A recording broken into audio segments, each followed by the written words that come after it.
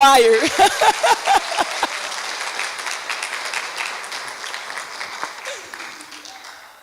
Inspiração, amém, amém. Obrigadão por tudo.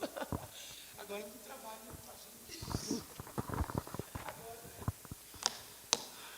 Bom dia, irmãos. Cadê o resto? Olha, hoje eu contei umas 10 famílias que entre eu e a Vanessa foram avisando que nem eu ia estar, né? Aí as desculpas são várias, mas eu sei porque o feriado está aí, então tá tudo bem. Abra sua Bíblia.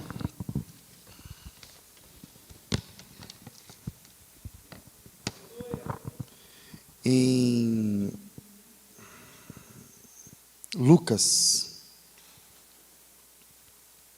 Lucas capítulo 15.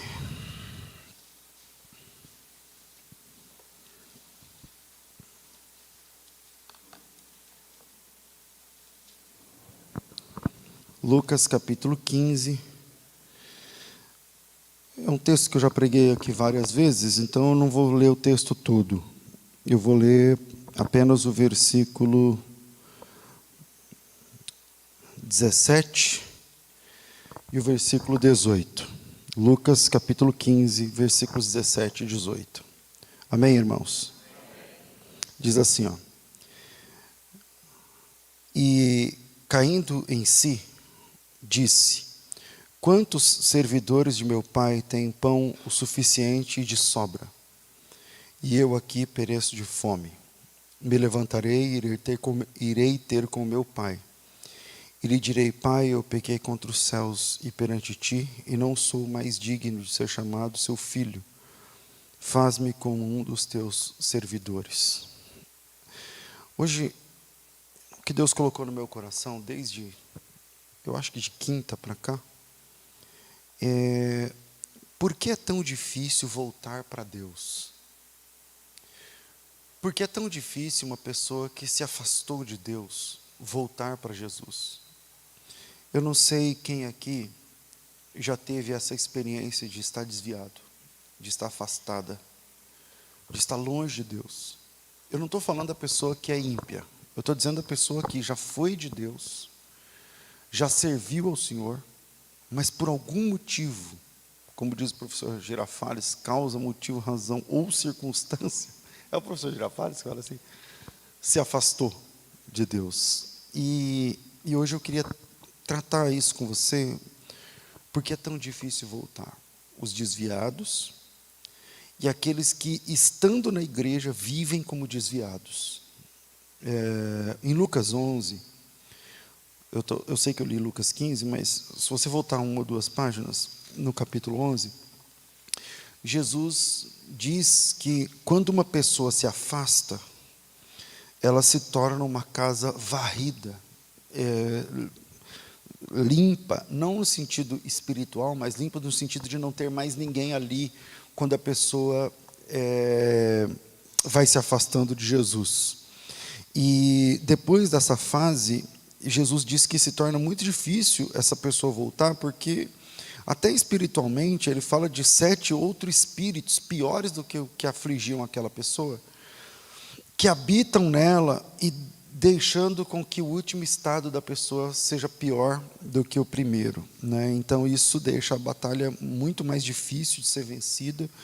Se você tem em casa um filho, uma filha, um pai, uma mãe, alguém que é afastado da fé, você sabe do que eu estou falando. E se você já viveu afastado da fé, você também sabe do que eu estou falando. As desculpas são muitas. Os pastores são os culpados, os escândalos que aparecem na mídia, a falta de respeito com o que a pessoa acha que foi tratada, ela achava que devia ser tratada melhor, ou a falta de cuidado, ou a falta de estrutura na igreja. Eu saí da igreja porque ela não tinha lugar para as crianças. Enfim, as desculpas são muitas, né? Uma decepção com alguém da igreja, não necessariamente com a liderança, mas eu vejo muito acontecer quando duas pessoas chegam e falam assim: pastor, estamos namorando, vamos nos casar. Eu já começo com essa cabeça: meu Deus, por um lado é bom, mas por outro lado, pode ser que se separe no meio do namoro, aí pronto, aí um já sai da igreja, o outro e tal, ou então, pastor, eu e fulano aqui, agora nós somos sócios, vamos abrir uma empresa de não sei o quê, eu já fico falando, meu Deus, ninguém me pergunta nada, só chega quando é ruim, entendeu? Só quando dá ruim mesmo, e um está querendo matar o outro irmão, está querendo esganar o outro, e as esposas já não conversam e tal. Então, as desculpas são muitas, sabe? É uma enfermidade que não foi curada, uma perda irreparável, né? A pessoa veio para a igreja e ela aceitou a Jesus, e ninguém passou avisando que as nossas mães, nossos pais, nossos avós morrem, nossos filhos adoecem, nossos carros batem, mas a pessoa veio achando que não sou crente agora, então nada mais pode me deter, e meu pai, meu avô, minha avó, meu cachorro, meu papagaio, todo mundo vai viver ad eternum a partir de então, e quando não é, a pessoa descobre que a realidade não é essa, que nós perdemos entes que amamos, que nós, às vezes, tem aí diagnósticos difíceis de lidar dentro da família, então a pessoa abandona a fé. Então, as desculpas são muitas, são infinitas para que você diga, em outras palavras, eu não sirvo mais a Deus. Mas as desculpas para você dizer isso são muitas, e a culpa nunca é sua, a culpa nunca é minha, a culpa nunca é nossa. E lendo a Bíblia, eu tive uma percepção que gostaria de compartilhar com você hoje aqui, com você que está aqui na igreja. Estamos num feriado prolongado aí, e eu sei que muitos estão viajando, outros estão, enfim, mas você que está aqui sentado comigo agora, e para quem está assistindo no ao vivo, aqui não sei quantas pessoas tem, e também para você que chega depois, né? Os nossos cultos têm uma média de 100, 200 pessoas no ao vivo, lá na internet, mas depois só para 1.000 e pouco no mesmo dia. Então, tem muita gente que vem depois. Então, eu gostaria de compartilhar com você que está ouvindo esse sermão, essa pregação do Evangelho. E a primeira coisa que eu queria deixar claro, que eu queria compartilhar dessa percepção, por que é tão difícil voltar, é que a primeira libertação começa no coração de Deus, mas a segunda, ela precisa começar no coração do pródigo.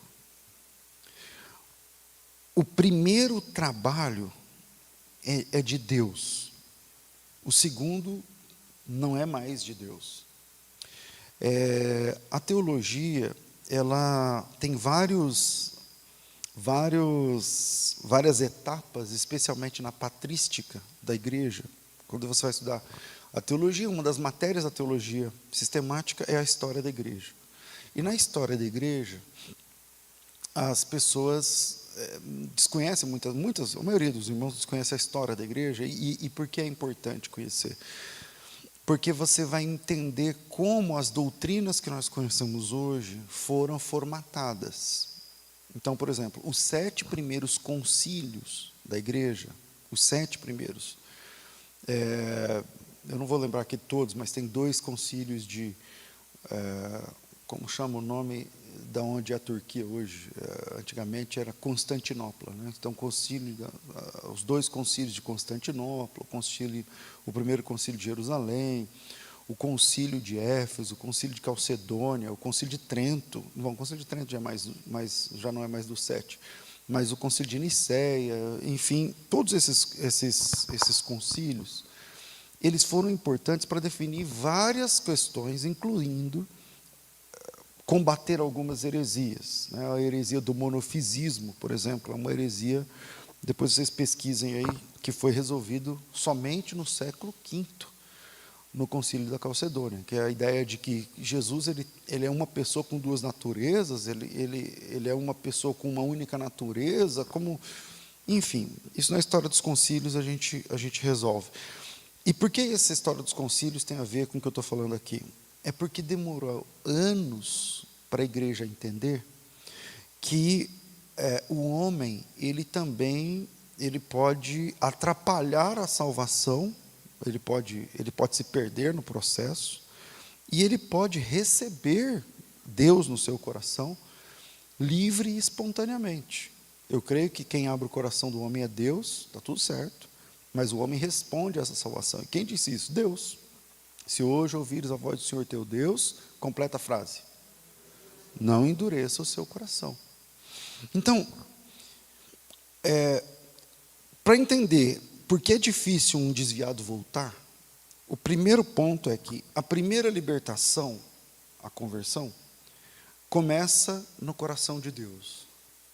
Mas a segunda precisa começar no coração do pródigo. E a gente vai ver isso em Deuteronômio. Abre, por favor, em Deuteronômio capítulo 4. Deuteronômio capítulo 4, versículo 23, diz assim. Eu vou ler aqui o texto. 4, 23 de Deuteronômio. Amém, irmãos? 4, 23. Guardai-vos, não vos esqueçais da aliança do Senhor vosso Deus, feita convosco, e vos façais alguma imagem esculpida, semelhança de alguma coisa que o Senhor vosso Deus vos proibiu.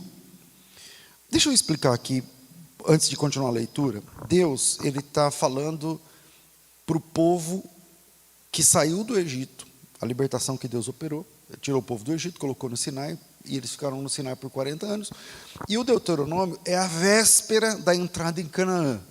Tipo assim, Deus está dizendo assim: eu libertei vocês, isso é de graça, não custou nada, não perguntei nada a ninguém, eu quis, eu fui lá e libertei vocês.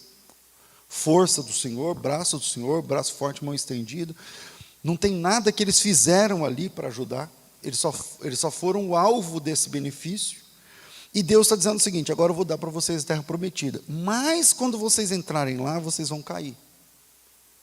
E Deus já está dizendo antes o que ia acontecer. Sabendo disso, vamos lá. Guardai-vos, que não vos esqueçais da aliança do Senhor feita convosco, e vos façais alguma imagem esculpida, semelhante de alguma coisa que o Senhor vosso Deus proibiu, porque o Senhor Deus é fogo que consome, é Deus zeloso.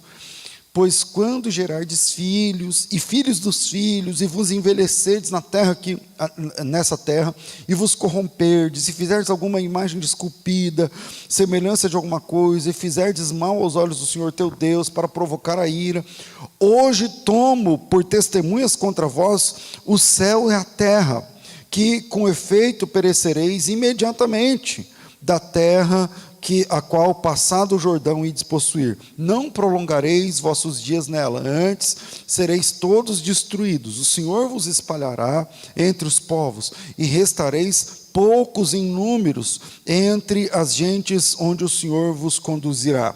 Lá, na dispersão, servireis outros deuses, que não são obras de mãos de homens, madeira, pedra, que não veem, que não ouvem, que não comem, que não cheiram, mas de lá buscarás o Senhor teu Deus, e o acharás quando buscares de todo o teu coração e de toda a sua alma. Veja que interessante essa didática de Deus, e o que isso tem a ver com o pródigo, e o que isso tem a ver com o desviado.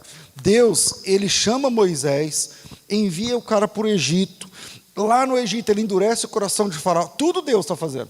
Ele chama Moisés, ele envia Moisés, ele fala com Moisés, conversa com o Faraó, mas ao mesmo tempo ele endurece o coração do Faraó, e ao mesmo tempo ele envia as pragas. Depois ele tira as pessoas do Egito, ele guia as pessoas pelo deserto, coloca no pé do Monte Sinai, ele dá a rota a Moisés: vai por aqui, vai por aqui, vai por ali, para aqui, onde a nuvem parar, onde a coluna de fogo e tudo mais.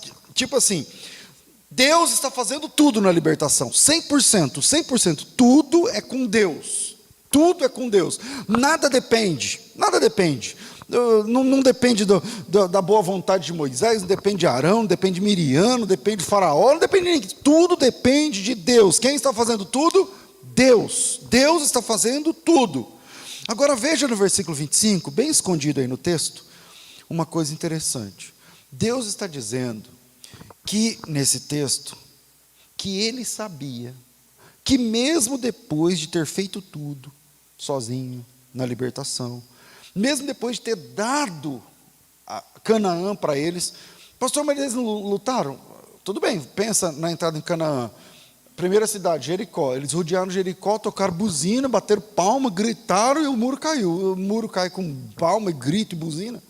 Não, quem está dando Jericó? Deus. Quem está dando Canaã? Deus. Então Deus está fazendo tudo.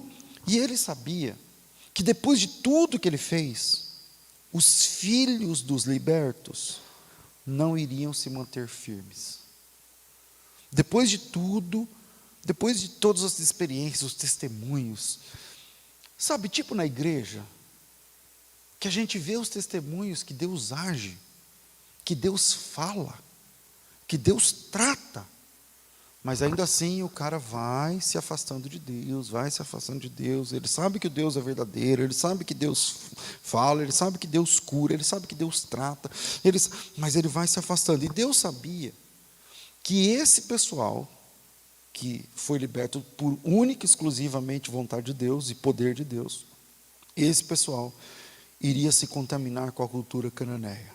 Deus sabia que chegariam a se prostrar diante de ídolos. Ele sabia que isso iria gerar uma ira nele, Deus, por causa daquela idolatria.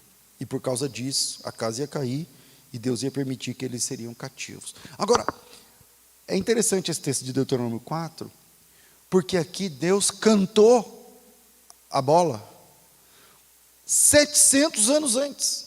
Quer dizer, muito tempo antes, Deus disse assim, então eu fiz tudo sozinho, vocês estão aqui por força do meu braço, por obra das minhas mãos. Vou dar a cidade para vocês, vou dar Canaã para vocês, vou dar um nome, vocês vão ter nome, vão ter bandeira, vão ter exército, vão ter hino nacional, vão ter rei, vão ter tudo que vocês precisam. Só que mesmo assim vocês vão cair. Mesmo eu falando, não se prostre diante de outros deuses, não faça isso, não faça aquilo, não faça, mesmo assim vocês vão cair. Sabe quando a pessoa se converte e é batizada? Quem aqui é batizado nas águas? Levanta a mão. Beleza. Quem é que abriu o teu coração? Deus. Quem se revelou? Deus. Quem encheu sua alma? Deus. O que você fez? Você não fez nada. Deus é que abre o nosso coração, inclusive, para crer. E é basicamente essa mesma ideia. Você sabia que não podia beber, você sabia que não podia fumar, você sabia que não podia se drogar, você sabia que não podia mentir, sabia que não podia fazer, você sabia tudo. E Deus está dizendo assim, então, mas mesmo assim você vai cair. Mesmo assim, alguns de vocês vão cair. E se cair, e essa é a didática de Deus em Deuteronômio capítulo 4. Deus estava dizendo tudo que iria acontecer, algo como 700 anos antes de acontecer. Porque Deus sabe onde os nossos caminhos nos levarão. Deus sabe onde os nossos passos de hoje podem influenciar, como os nossos passos de hoje podem influenciar para o bem ou para o mal o que acontecerá amanhã. Por exemplo, você crê em Deus. Eu não vou falar se é crente, está firme, se você crê em Deus. Os passos que você está dando hoje são firmes em Deus? Então, Deus sabe onde esses passos vão levar você amanhã. E aqui vem a novidade. É que Deus diz lá em Deuteronômio o seguinte, é tipo assim, sabe a primeira é por conta da casa? Já ouviram essa história? A primeira é por conta da casa. Então, basicamente isso. Deus fala o seguinte, a primeira, eu faço tudo, tá? Você não sabe nada. Então, você está morto nos seus delitos e pecados, então eu vou abrir o teu coração, eu vou bater no teu coração, você vai sentir, mas isso está sendo provocado por mim. É tipo assim, a primeira libertação lá foi por conta de Deus, mas eles iam cair, e caindo se tornariam cativos. Eu estou falando da Babilônia e tudo mais. Aí Deus está dizendo o seguinte, de lá do cativeiro você vai clamar, mas agora é com todo o teu coração, agora é você que tem que clamar, agora é você que tem que buscar. Buscar-me-eis e me achareis se vocês me buscarem com todo o teu coração. Deus está dizendo o seguinte, na primeira eu faço tudo sozinho, mas se você cair, e vai cair, é o texto aqui do Deuteronômio, então você vai ser cativo de novo. Eu estou tirando você agora de uma experiência de escravidão que durou 400 anos. Você foi escravo por 400 anos, historicamente. E eu tirei vocês, e você está há 40 anos caminhando comigo, mas vocês vão cair.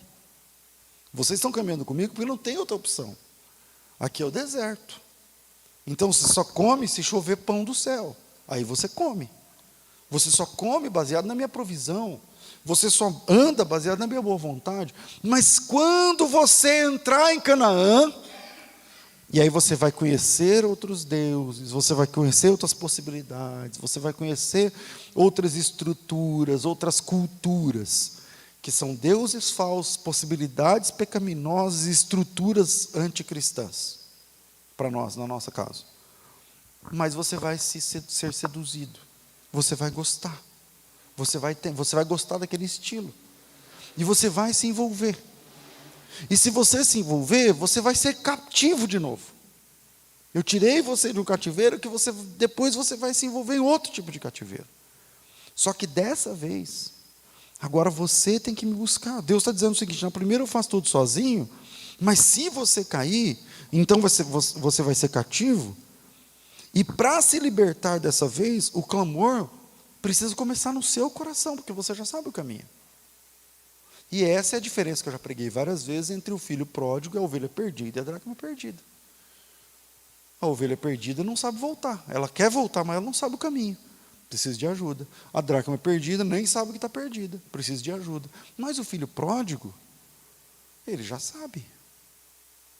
Ele sabe os louvores, ele sabe os clamores, ele sabe as orações, ele sabe os textos, ele conhece pelo menos a ideia. Lá em Lucas capítulo 11, que eu citei agora, quando Jesus fala do valente, do mais valente, quando o valente tranca bem armado a sua casa. Coloca aí Lucas 11, a gente está sem tela hoje, sem quem faz nada. Mas vamos lá, Lucas 11, eu não sei o versículo, tá? Mas deve ser pelo 20, 24? Não, é assim, quando o valente tranca bem armado a sua casa, é antes, 21. Quando o valente guarda, né, depende da versão, bem armada a sua casa, em segurança está tudo quanto tem, mas, deixa eu lembrar, sobrevindo, né, mas sobrevindo outro mais valente do que ele, vencendo, retira toda a armadura que confiava e reparte os seus bens. Quem não é comigo é contra mim, quem comigo não ajunta espalha. Quando o espírito imundo tem saído do homem, tá certo?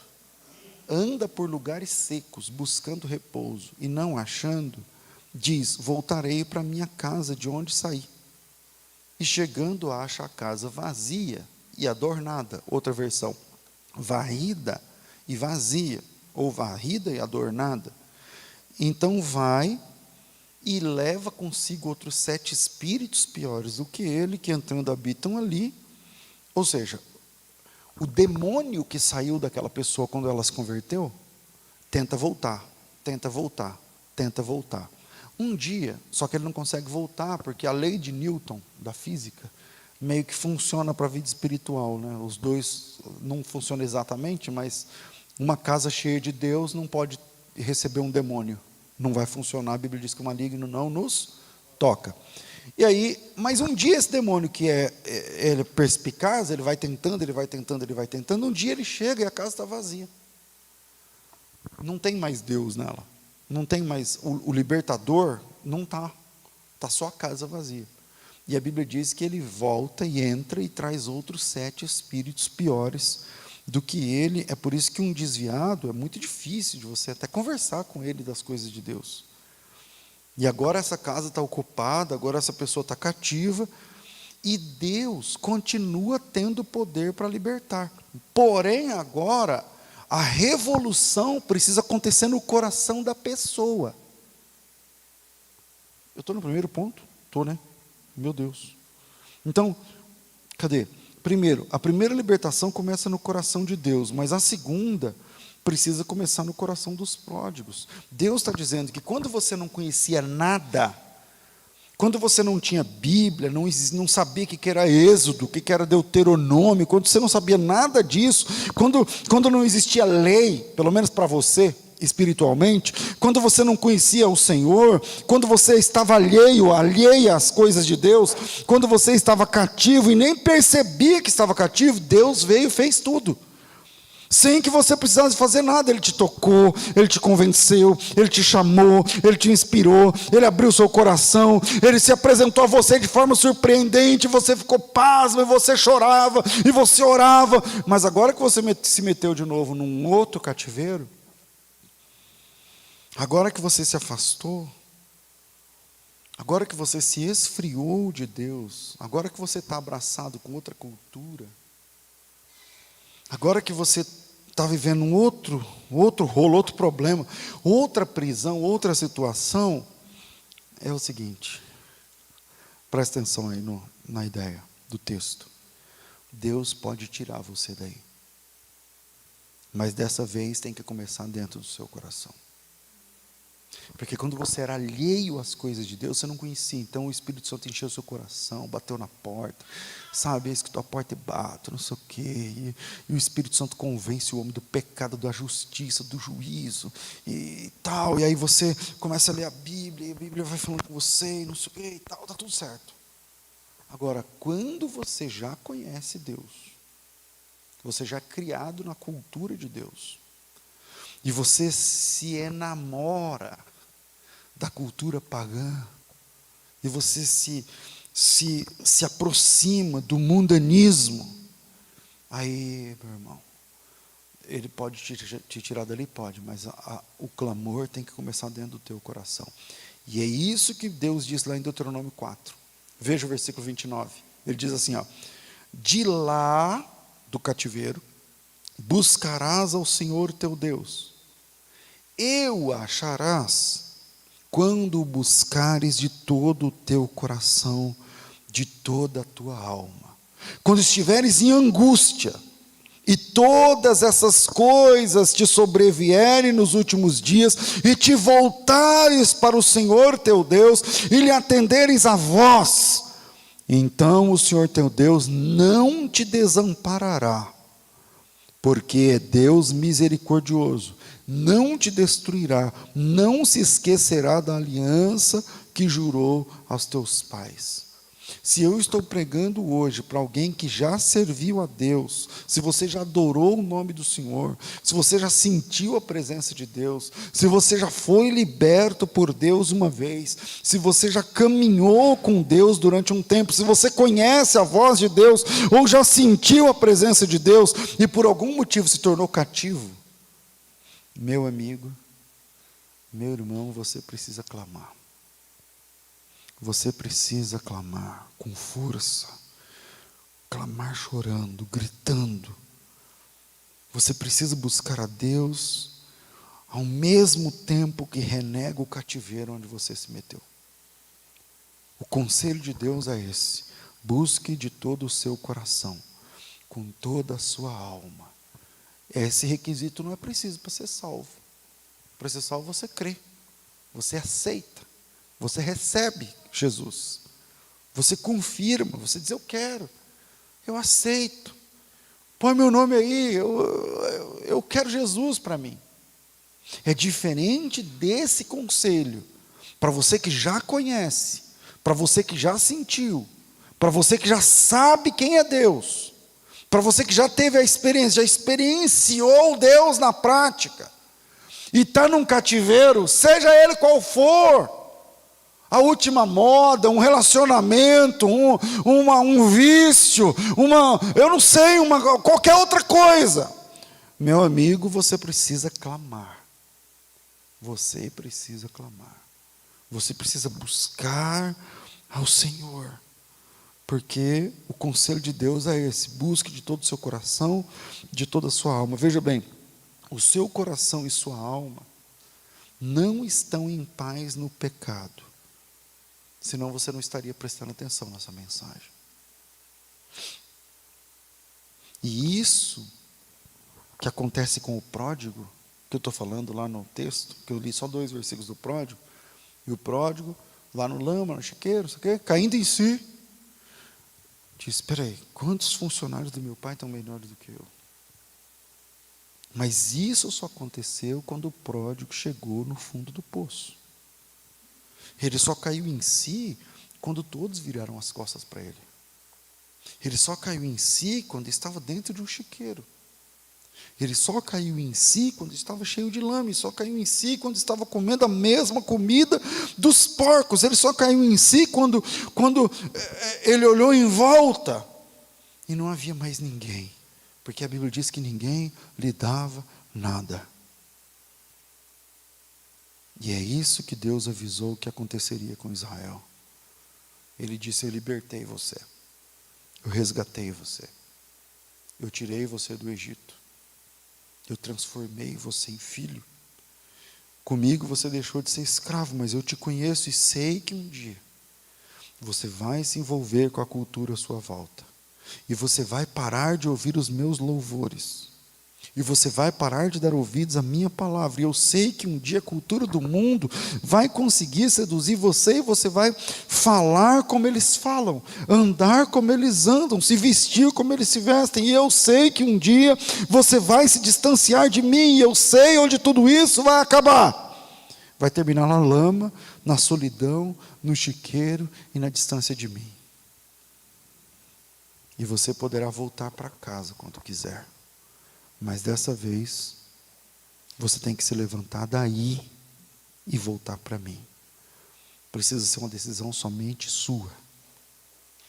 Versículo Deuteronômio 24, 28, ele diz: lá servireis outros deuses que são obras das mãos dos homens. Madeira, pedra, que não vem, não ouve, não come. De lá, você vai me buscar.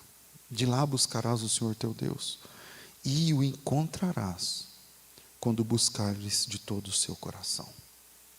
Segundo, a lama também pode contribuir para o despertamento.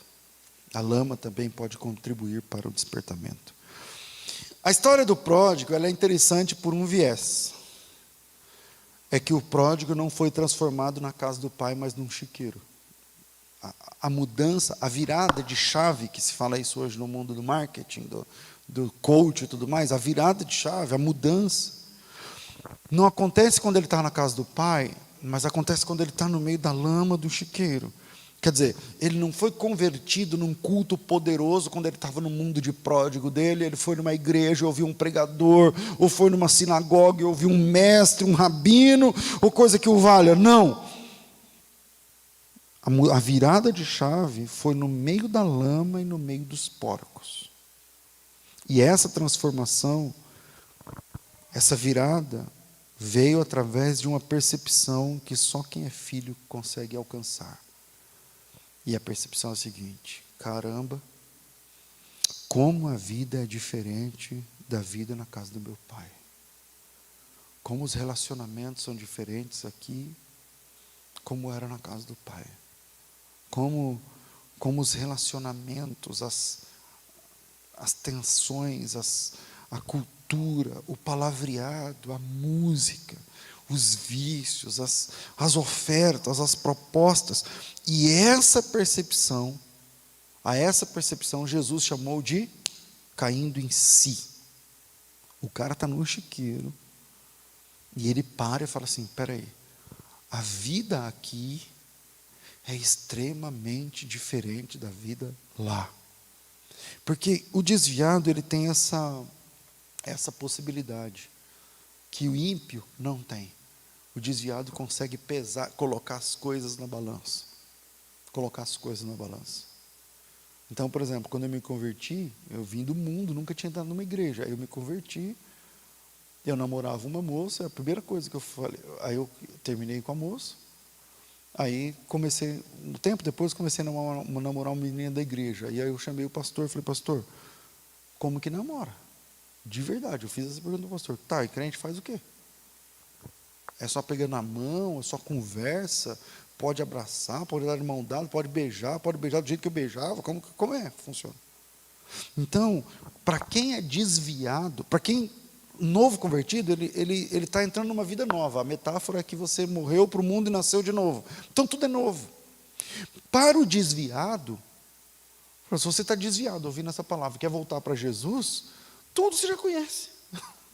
Não tem novidade. Não temos novidade para te apresentar. É tudo a mesma coisa. É a mesma coisa. Você está desviado há quanto tempo? 7 anos? 2, 10, 30, 50 meses?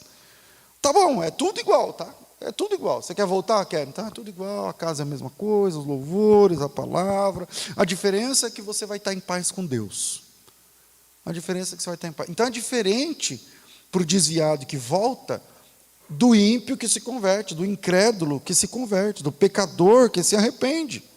E essa transformação, porque o desviado, ele consegue fazer a comparação dos dois. O ímpio não tinha essa condição. Ele consegue saber como é o mundo, mas ele não consegue saber como é na fé. Mas o desviado que está no chiqueiro, o pródigo, ele pode parar e falar assim, peraí, a vida aqui é muito diferente do que a vida na casa do meu pai. E a essa percepção Jesus chama de caindo em si. Que é quando você olha para você e você percebe que você não é mais o mesmo que era quando estava na presença do Pai. Aleluia. É a partir dessa percepção que a mudança começa a acontecer. É quando você olha no espelho e não se reconhece mais como filho de Deus. É quando você analisa seus últimos movimentos, seus últimos compromissos e percebe que esses não são mais movimentos de um filho de Deus, mas de um desviado. Mas de um desviado. De uma desviada. Porque desviado é que age assim. Porque afastado da presença de Deus é que toma as decisões que você tem tomado. É que usa as palavras que você tem usado. É que frequenta os lugares que você tem frequentado. É quando você para e olha você mesmo, tentando achar o Filho de Deus, olhando no espelho, você tenta achar o Filho de Deus, a Filha de Deus, e não consegue, porque a lama, porque o ambiente, porque os últimos movimentos não têm a ver com os movimentos, as atitudes e as escolhas de um filho, de uma filha de Deus. Então a lama pode ser importante nesse processo. Eu não estou dizendo que a lama transforma. Não. Eu não estou pregando que a lama e o chiqueiro podem trazer você de volta. Não podem. Mas podem mostrar o quanto você está distante. Mas podem te dar a percepção de como você está diferente. Porque na presença do Pai, Ele tinha uma aparência, um vocabulário, um cheiro, uma situação, e longe do Pai, na lama, Ele tem outro vocabulário, outra aparência, outra conformação, outra apresentação. Eu, lendo aqui o texto, eu tenho que tomar cuidado, porque senão as pessoas dizem, o pastor está dizendo que ele foi transformado lá na lama, então quem está na lama... Não, ele foi transformado na lama. A mudança, a virada, acontece na lama, porque a lama pode mostrar o quanto você está distante. Foi na lama que a mudança começou. Foi no chiqueiro que ele sentiu falta da casa do Pai. Foi no meio dos porcos que esse cara decidiu, entendeu, aceitou que a casa do Pai é o melhor lugar para ele. Na lama. E aí, em terceiro lugar, o maior presente da graça é o abraço do Pai e não a casa do Pai. O maior presente da graça não é a casa, mas é o Pai. Na igreja, a gente fica, sempre na igreja, eu já fiz parte desse time, tem os santarrões de plantão. Toda igreja. Aqui tem, nessa igreja. Toda igreja que eu tive a experiência de estar, tem os santarrões de plantão. Aqueles caras que, tipo assim, hoje eu estou pregando uma mensagem para quem está mais para lá do que para cá, não é? Aí se alguém levanta a mão e fala, pastor, eu quero voltar. Hoje a pessoa não entra muito numa comigo assim mais. Mas quando eu era mais novo, eu tinha 21 anos, eu era pastor. Então eu não tinha idade de pastor. E aí eu pregava isso que eu estou pregando aqui agora, e a pessoa voltava, e eu chegava a esse pessoal que eu estou falando, pastor, tá, mas e aí, como é que vai ser? E agora? O cara agora, na maior cara de pau, levanta, vem aqui na frente chorando, e a gente vai receber? Eu digo, vai. a gente vai receber. Então, mas o senhor sabe que não é a primeira vez que ele faz isso, né? Ah, não, não. Então, quantas vezes ele faz isso? Porque essas pessoas contam. Tem essas pessoas. Sabe, tipo o irmão do pródigo. Que... Vocês entenderam? Entende? Agora, veja que para essas pessoas, Deus é um velho de barba branca, de camisola branca, que está sentado num trono branco, e que tem uma vara na mão, e que está ali olhando, doido para... vem cá, agora... Porque... E esse não é o Deus da graça. No dia que o garoto resolveu voltar, ele teve uma maior surpresa. Porque eu acho que toda pessoa que se arrepende, acho que a pior parte é, como dizia meu pai, você calçar a cara e ir lá e falar assim, desculpa, eu errei, eu estava arrependido, eu falhei nisso, naquilo, eu quero seu perdão, eu quero uma oportunidade. Acho que essa é a pior parte. Acho que essa é a pior parte. No estudo de aconselhamento, de aconselhadores, né, os professores, eles dizem o seguinte: quando uma pessoa ela quer voltar, mas ela não quer voltar porque ela está arrependida, ela quer voltar pela situação, porque vai morar onde, vai fazer o quê, não sei o que lá, ele diz assim, não abraça essa pessoa. Não abraça essa pessoa. A pessoa que precisa ser abraçada é a pessoa que está contrita, que está quebrantada. O apóstolo Paulo escreve aos Coríntios, dizendo o seguinte, naquela época não tinha, a carta demorava meses, né, para chegar, e tinha um caso urgente, que é um caso de um cara da igreja que estava tendo sexo com a madrasta. E Paulo disse o seguinte, se eu tivesse aí, eu ia expulsar esse cara da igreja. Eu ia pegar ele pelo colarinho e ia pôr a porta fora. Entrega para Satanás. Isso é Paulo falando. Mas o mesmo Paulo, ele vai falar em um outro momento que a pessoa que está arrependida, que está contrita, precisa ser amparada. E aí a diferença é no coração do pecador, especialmente o cara que já conhece a fé. Então, como é que Deus trata e como é que esse pai aqui responde ao desespero do garoto que estava no chiqueiro? Agora, veja que quando o pródigo estava no chiqueiro, ele estava pensando na casa. Em nenhum momento ele falou ainda ele fala lá, quando eu chegar lá, para entrar na casa, eu tenho que falar para o meu pai. Mas ele está pensando na casa, no conforto, no prato de comida quente, porque no chiqueiro ele pensava em um bom banho, uma cama limpa. Veja o que ele diz, quantos funcionários do meu pai têm fartura de pão, e eu aqui pereço de fome. Ele está falando de quê? Do pão, da condição, da casa e tudo mais. Mas quando ele chega, ele sabia o caminho de volta, mas quando ele chega, ele descobriu que tudo aquilo que ele queria não era nada perto do que o pai tinha a oferecer. E o que é que o pai tinha a oferecer? Enquanto o garoto não aguenta mais a lama, ele vai porque ele não aguenta mais o chiqueiro. Ele vai porque ele não aguenta mais dormir onde ele dormia. Ele vai porque ele não aguenta mais os porcos. Ele vai porque ele quer o conforto, ele quer a cama dele, ele quer o chuveiro, ele quer... Então o garoto chega oferecendo derrota, desvio, pecado, mau cheiro, sujeira, vergonha. E ele busca um lugar melhor do que o chiqueiro. E o que ele encontra? Ele encontra o abraço de um pai amoroso. Não é um pai que fala assim, o pai, quando o filho desponta, quando o filho aparece, o pai não está com a mão na cintura e um pé batendo no chão e um dedo chacoalhando no nariz dele, dizendo, cadê o meu dinheiro, onde é que você pôs, eu sei, depois, agora você vem, depois de tudo, né, eu falei, eu avisei, quantas vezes, não sei o que lá, não. Essas coisas, esses fiscais da igreja é que fazem. Os irmãos mais velhos é que fazem. porque esse teu filho desperdiçou tudo, não sei o quê. É tudo verdade. Tudo aquilo era verdade. Só que o que mais importa não é a casa, não é o prato de comida, não é a cama.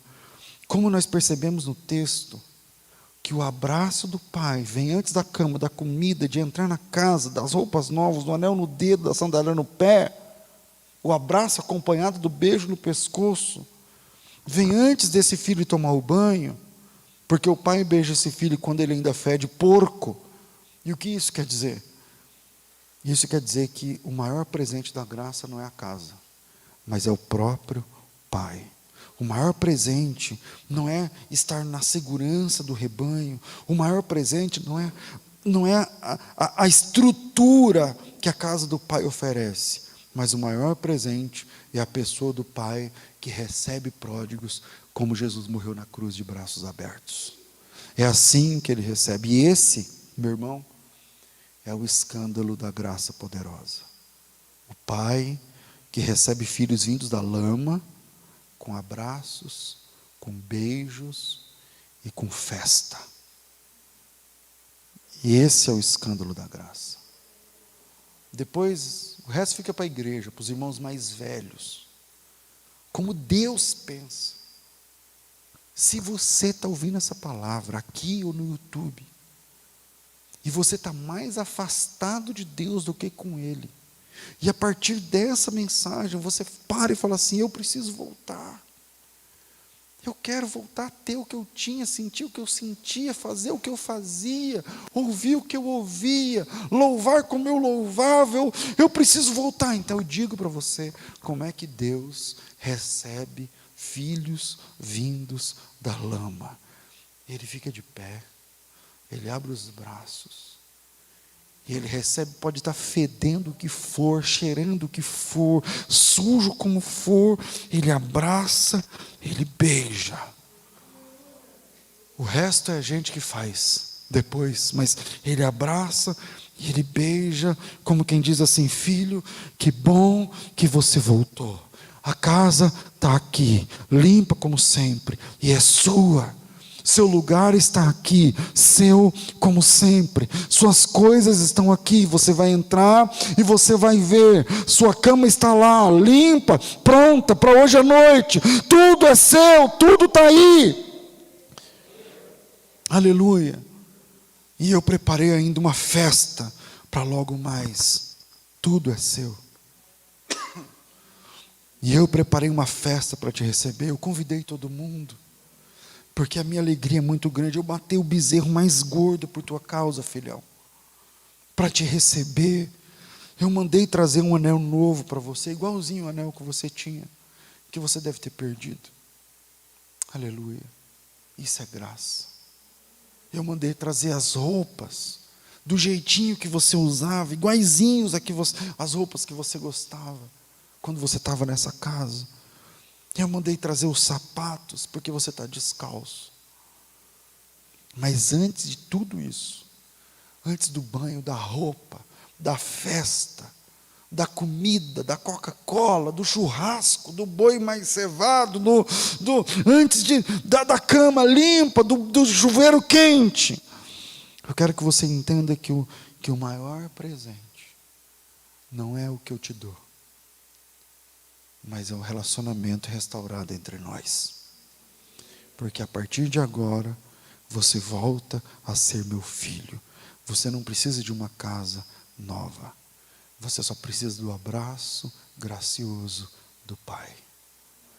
Eu vou encerrar esse sermão e quero perguntar se essa manhã existe alguém que precisava ouvir essa palavra.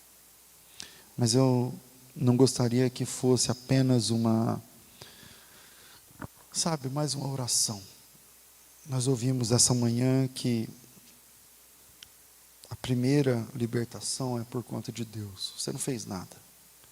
Mas se você precisa voltar, essa revolução precisa começar no seu coração. É o que aconteceu com o pródigo. É o que Deus disse que aconteceria com Israel. Se de lá do cativeiro, se você me buscar com todo o seu coração, aí eu vou te ouvir. Se você me buscar de todo o teu coração.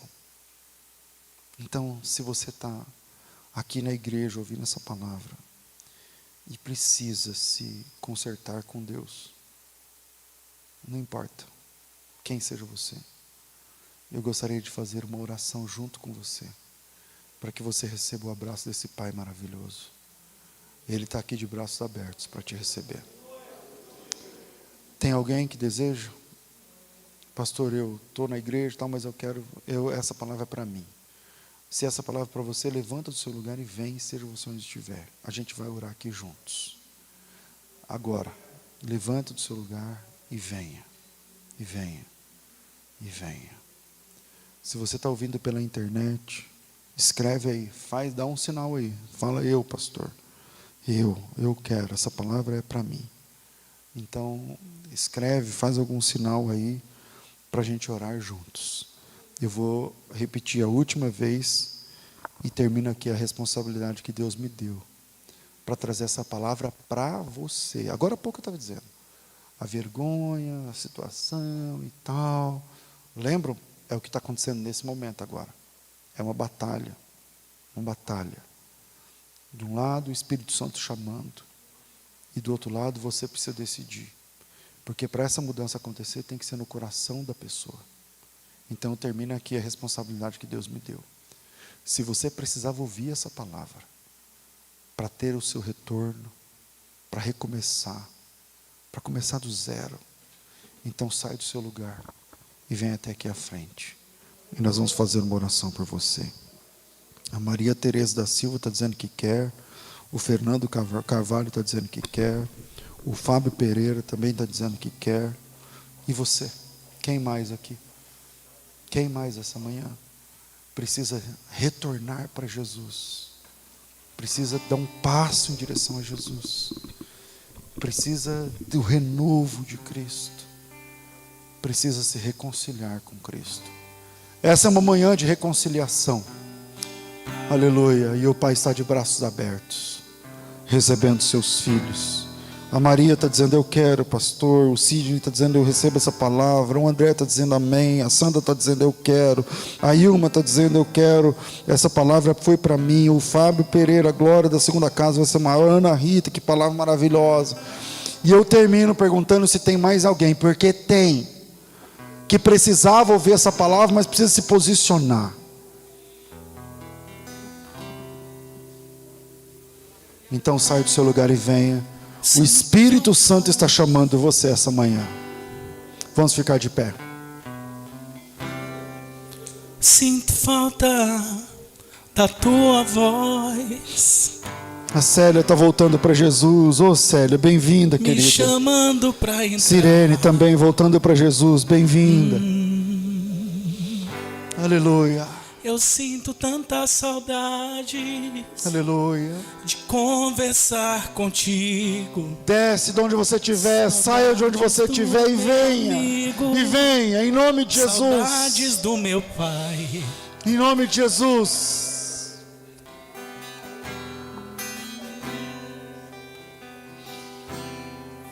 Pai, eu sei que não mereço mais. Ore com as suas palavras, fale as suas palavras. Você sabe onde você está. Você sabe espiritualmente onde você está, você sabe. Aleluia. Eu sinto tanta saudade de caminhar contigo. Saudades do meu amigo. Saudades do meu Pai. Aleluia. Do meu Pai.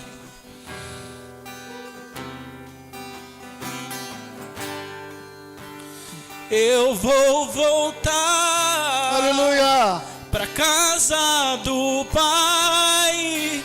Só quero amor na casa do meu Pai. E repousar tranquilo nos braços do meu Pai. Do meu Pai. Ele recebe você de braços abertos essa manhã. Eu vou voltar pra casa do Pai. Mais alguém quer esse abraço? Quero amor. Tem mais alguém que quer esse abraço? Venha, em nome de Jesus. Em nome de Jesus. E repousar tranquilo nos braços do meu Pai. Do meu Pai. Aleluia. Pai, eu sei que não mereço mais. Eu não tenho pra onde ir. Célia, bem-vinda, Aline. Eu sinto tanta saudade. Silva, Kátia, de Sirene, conversar Ana, contigo. Paulo, Deus abençoe. Saudades do E meu vocês amigo. que estão aqui à igreja. Saudades do meu Pai. Do meu Pai.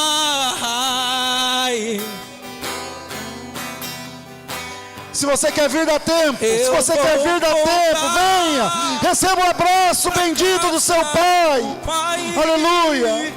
eu quero o amor da casa do meu Pai e repousar tranquilo nos braços do meu Pai. Aleluia.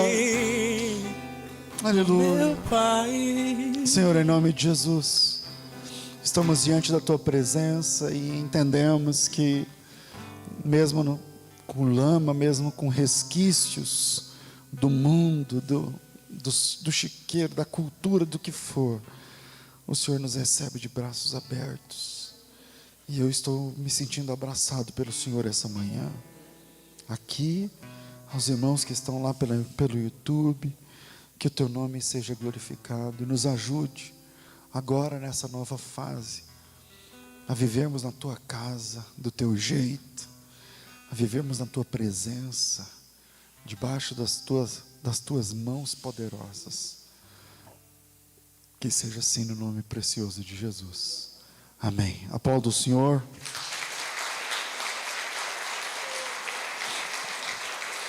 Glória a Deus.